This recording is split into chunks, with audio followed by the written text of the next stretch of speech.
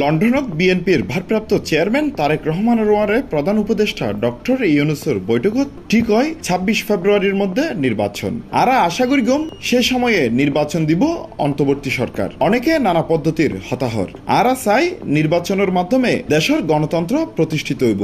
এরকমই হইয়ে বিএনপির মহাসচিব মির্জা ফখরুল ইসলাম আলমগীর। জুলাইয়ের ৭ তারিখ সকাল ১০টায় সিলেটের হজরত শাহজালাল রাদিয়াল্লাহু তাআলা আনহুর মাজার জিয়ারত শেষে মির্জা ফখরুল সাংবাদিকদের প্রশ্নের জবাবে এ হতা হই।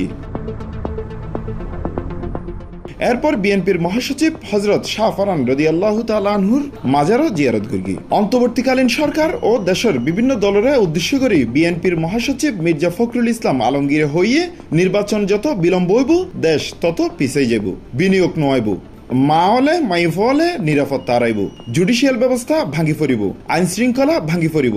এতলাই দরহার উগ্র নির্বাচিত সরকার, যে সরকারের ফিসুদ দিয়ে আছে জনগণ। নির্বাচিত সরকারের চেয়ে হনসরকার শক্তিশালী ঐন্য পারে।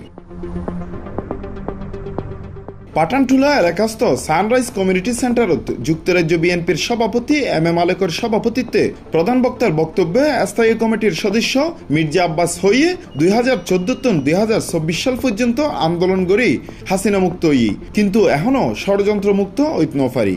বিএনপির বিরুদ্ধে এখনো ষড়যন্ত্র চলের। যারা মুক্তিযুদ্ধের সময় বিরোধিতা করি গেল তারা এখন নানা হতাহর। Desk news, C+ TV, Chittagong.